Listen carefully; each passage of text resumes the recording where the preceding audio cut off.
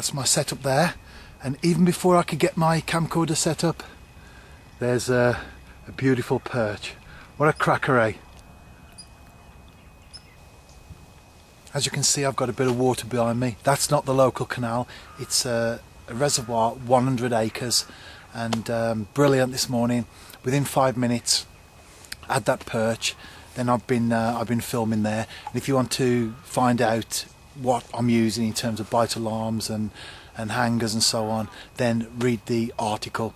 And also accompanying the article is another video with a cage feeder rig that I fished elsewhere for perch, and that's what I'm using here today as well. Well, it's been successful so far. Now I've got my camcorder set up properly, hopefully I can actually catch a fish from the bite to the netting stage.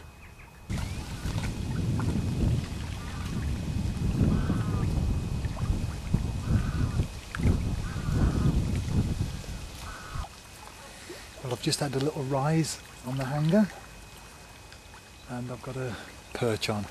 It's not as big as the one I showed on the camera earlier, but they're all welcome, aren't they? So hope I can get it in. There it is. As you can see, the hook is firmly in the lip. That's the way you want to catch them, isn't it? But just in case, always carry a disgorger. That's important, particularly for perch. Just had another application on the bite alarm. Of course, as well as perch, there are lots of small fish near like roach that will pluck at the worm. I'm fishing a lobworm on a size 8 hook, so certainly tempting for lots of small fish, isn't it, to pick up on. But the perch, they'll take your confidence.